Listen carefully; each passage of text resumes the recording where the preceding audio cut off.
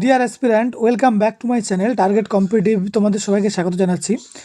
আমরা দাস বংশ পড়ছিলাম মধ্য ভারতের ইতিহাসে। তার মধ্যে আমরা কুতুবুদ্দিন আইবক, ইলতুৎমিশ এবং সুলতান রাজিয়া নিয়ে অলরেডি আমরা আলোচনা করেছি। আজকে আমরা আলোচনা করব গিয়াসুদ্দিন বলমনের সম্পর্কে। ঠিক আছে, তো দেখো, গিয়াসুদ্দিন বলমনের সম্পর্কে আলোচনা করার আগে আমরা দেখি যে যে দিল্লি যে বংশ যে শাসন করেছিল তার মধ্যে একটা ছিল দাস বংশ।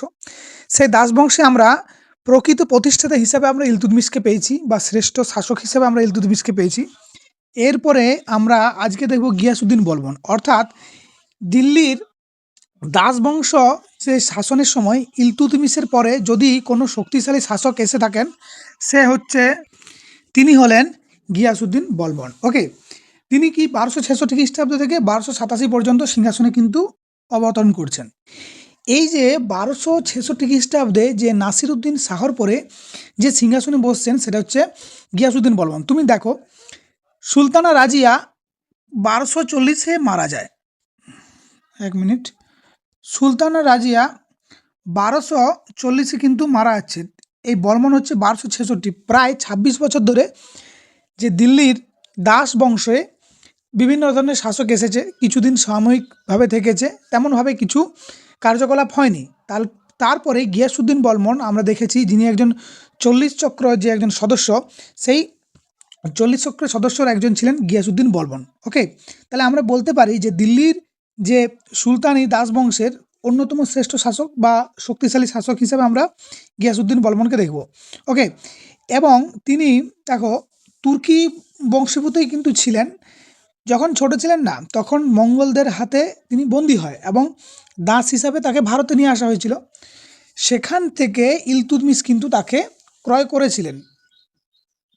এই ইলতুৎমিশ ক্রয় করার পর ক্রয় যখন করেছিলেন, তারপরে তিনি কি যে এই যে গিয়াসুদ্দিন বলবন নিজের কর্মদক্ষতা এবং অনুগত্যের, ঠিক আছে, তার যে রাজার প্রতি যে অনুগত্য একটা, সেটাই খুশি হয়ে 40 চক্রের অন্তর্ভুক্ত করেছিলেন কে না, হচ্ছে ইলতুৎমিশ, তাই তো? কারণ ইলতুৎমিশ 40 চক্রের প্রবর্তন ছিলেন এবং তার নিজের যে কন্যা ছিলেন, সেই কন্যার সাথে কিন্তু গিয়াসুদ্দিন বলবনের বিয়ে দেন ইলতুৎমিশ। এই সুলতান রাজিয়া কিন্তু নয়। ওকে, তাহলে এখানে দেখতে পাচ্ছি যে আমরা গিয়াসুদ্দিন বলবন যে প্রথম জীবনে তিনি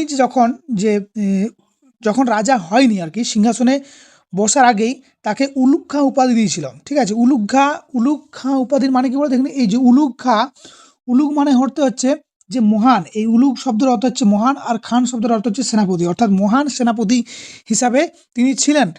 ওকে, ইলতুৎমিশের কাছে।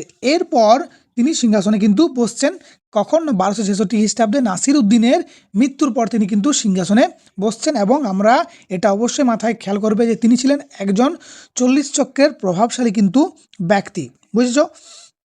নেক্সট দেখো, এরপরে, ঠিক আছে, এরপরে আমরা যখন দেখব যে সিংহাসনে বসেই তিনি উপাধি নিচ্ছেন, সেটা হচ্ছে কি না, হচ্ছে গিয়াসুদ্দিন বলবন। এই যে উপাধিটা নিচ্ছেন গিয়াসুদ্দিন বলবন, তিনি সিংহাসন বসার কিন্তু পরেই। ওকে, এবং এরপরে তিনি নিজেকে খোদার নায়েব, ঠিক আছে, বা জিল ই ইলাহি, ঈশ্বরের ছায়া বলে কিন্তু তিনি কি করছেন, নিজেকে মানে প্রচার করছেন। এই যে খোদাই নায়েব, ঠিক আছে, খোদার নায়েব, ঠিক আছে, বা নিয়াবত ই খুদাই বা জিল ইলাহি বা ঈশ্বরের ছায়া। পরীক্ষায় কোশ্চেন পড়ে জিল ইলাহি শব্দের অর্থ কি, তাহলে অ্যান্সার করবে ঈশ্বরের ছায়া। এই দুটো কিন্তু নিজেকে মানে প্রচার করছেন যে ঈশ্বরের ছায়া হিসাবে। ক্লিয়ার, বোঝা গেছে?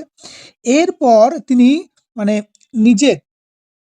নিজে কি না, যে রাজকীয় মর্যাদা যাতে বৃদ্ধি পায়, তার জন্য তিনি দুটো প্রথা চালু করেন। সেই প্রথা দুটো কি কি না, সেই প্রথা দুটো হচ্ছে, একটা হচ্ছে সিজদা আর একটা হচ্ছে পাইবস। ঠিক আছে, সিজদা এবং হচ্ছে পাইবস। ঠিক আছে, সিজদা কি না, সিজদা হচ্ছে যখন তুমি রাজসভায় প্রবেশ করবে, তখন কি না, তখন তুমি রাজার কাছে নতজান হয়ে প্রণাম করবে, সেটা হচ্ছে সিজদা।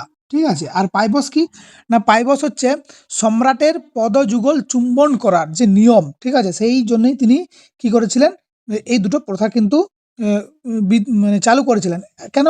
কারণ হচ্ছে আমি আগে বললাম যে রাজকীয় মর্যাদা এবং তার কৃতিত্ব বৃদ্ধি করা, বা বলতে পারো যে রাজা যে সাধারণ মানুষের ঊর্ধ্বে, ঠিক আছে, এই জন্য, এবং আরও বলতে পারি যে অভিজাত্য দমনের জন্য তিনি এই এই যে দুটো কিন্তু প্রথা কিন্তু চালু করেছিলেন, ঠিক আছে, সিজদা এবং পাইবস্ত কিন্তু তিনি চালু করেছিলেন। ক্লিয়ার হয়েছে?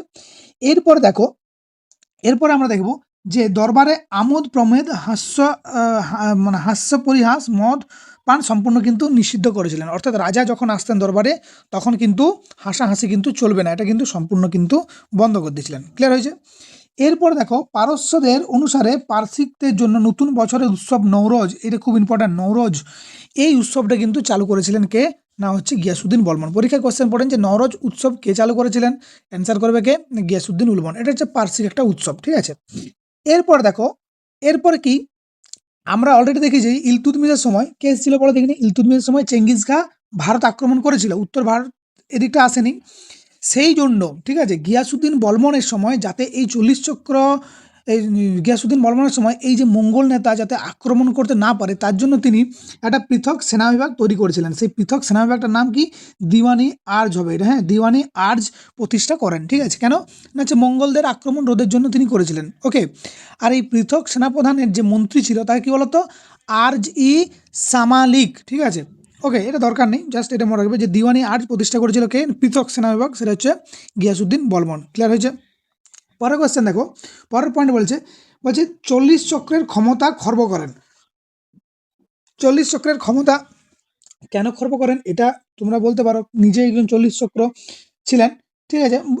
বলবন মনে করতেন যে এই যতদিন 40 চক্র থাকবে, ঠিক আছে, ততদিন কি হবে না সুলতানের যে প্রকৃত ক্ষমতা সেটার প্রতিষ্ঠা করা কিন্তু সম্ভব হবে না, ঠিক আছে। তাই তিনি এই ক্ষমতাকে ধ্বংস করে দিয়েছিলেন, ওকে।